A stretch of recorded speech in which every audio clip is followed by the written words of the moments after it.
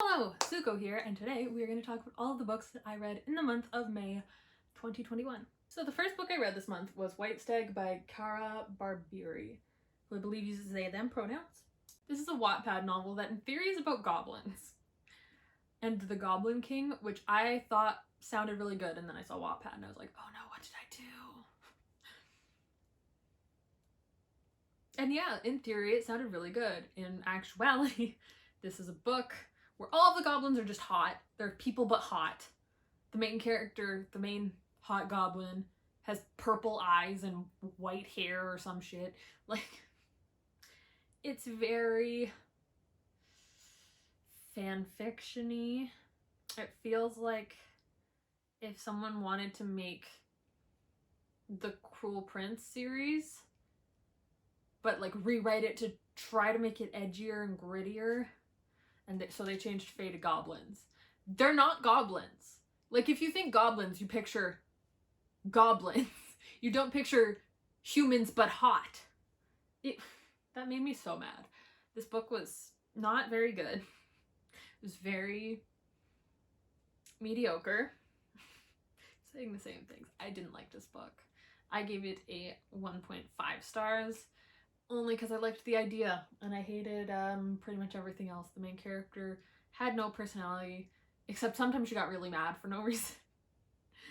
And it just felt like fan fiction. I probably read something like this with like exactly the same characters in 2012 when I was reading fan fiction, or earlier. So this wasn't very good. And I probably will not be keeping it, for the record. I'm just gonna go through all of these together, okay? I reread, and the first 4 novellas. Are these all together? Yes. Okay. Are these the right way up? No. I read the first 4 novellas in the Murderbot series. This is All Systems Red, Artificial Condition, Rogue Protocol, and Exit Strategy.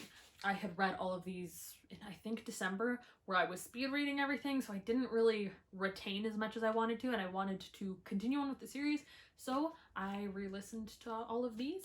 The only real change from my ratings of 4 stars is that originally I'd given this one 3 stars, and now that I had a proper chance to really digest it, I gave it a 4 star as well. I love the Murderbot books. The character feels more human than a lot of human characters in media. These books are great. Then I read the Murderbot novel, Network Effect. This was a 5-star read. I love Murderbot. There's another Murderbot book. This was my first time reading this in the novel. This one I remember the least because I'd reread the other ones and the novel was longer. But I also gave this a 4 star because it's Murderbot. I like Murderbot. On to an incredibly disappointing book. We Were Restless Things by Cole Nagamatsu. This book is beautiful. Look at the cover. Look at it. Look at it. So this book follows a girl named Naomi, whose mom's romantic partner, who is a man, his son moves in with them. And his son, Jonah? Or Jonas? I don't know. I don't care. Is the same age as Naomi. This book is fucking weird incest. They're step-siblings. I don't care if their parents aren't married. I don't care if they, like, didn't know each other until now. There was no reason to make them step-siblings, okay? Like, the parents were non-characters. I think altogether the 2 parents maybe said 3 lines. They were not involved. So it could have been Naomi's mom and her best friend, who is her business partner, who has a son. Like, it didn't have to be step-siblings. The author clearly wanted it to be step-siblings. They, like, really forced that, and nobody thought it was weird. All of her friends were like, oh, so, like, do you notice that Jonah likes you? That's fine. Nobody questioned it. Everyone's just like, yeah, date your stepbrother. Weird. Hated it. Gross. This book was also supposed to be about a boy who was found drowned in the forest where there was no water around.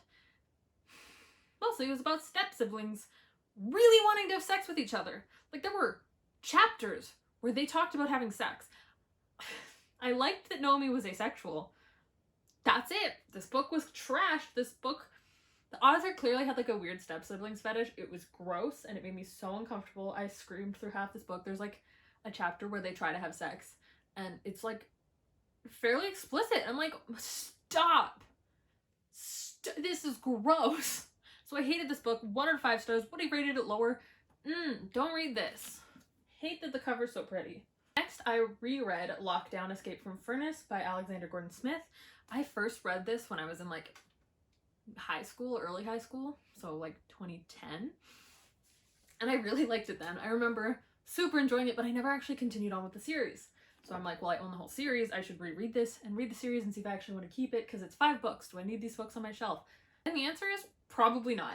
So this book takes place in a world where one summer in like England, a bunch of gangs of children killed a bunch of people, and it's called the Summer of Slaughter, and somehow that made the government build a prison a mile underground full of like monsters and shit for minors to go to. If a minor does a bad crime, they go there and they spend the rest of their lives there, and nobody gives a shit if they get murdered and stuff. What?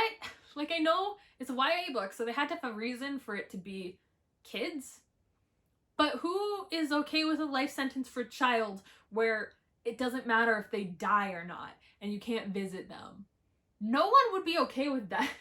If this was about adults, I would be more willing to buy it, but the fact that it is children, this concept is silly. I might continue on with this series, I might not.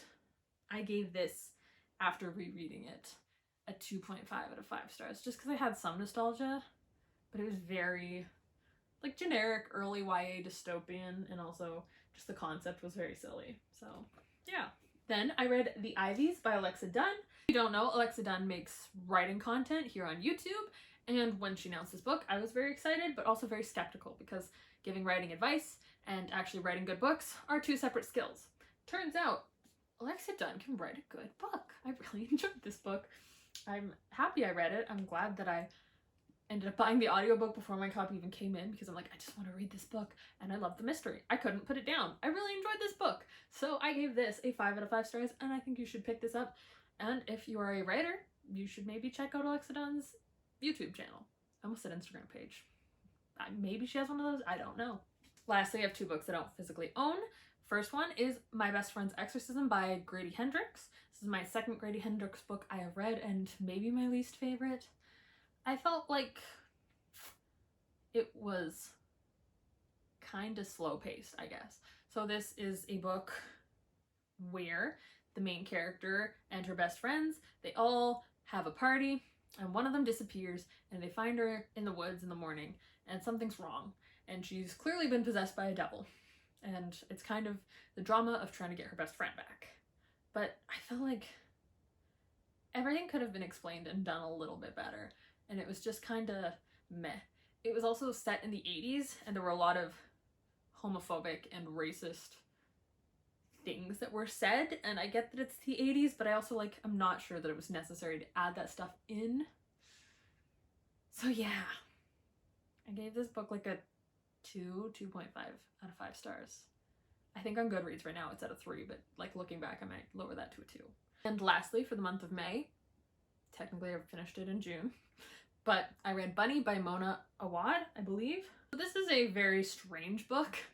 It is set in a very prestigious writing program at a school, like college or something. I don't know a lot about post-secondary education, but it is about a girl who falls in with a group of girls who are all very cutesy all the time, and it turns out that they are turning rabbits into boys.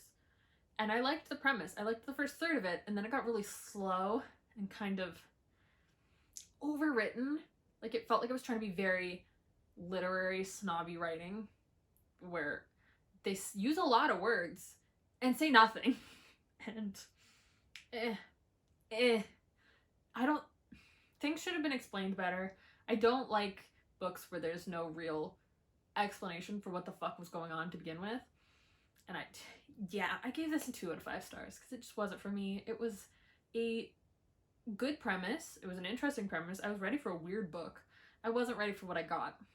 So yeah, that is all of the books that I've read in the month of May. I'm hopefully going to be slowly edging my way back into YouTube. So expect some more videos from me. I have some more recorded, so I'm hoping that I can get them out this, like, back to a weekly schedule. We'll see. So yeah, I hope you all enjoyed it, and I will see you whenever I do my next video. Ready for a book that I fucking hated? Oh no, who did I hurt?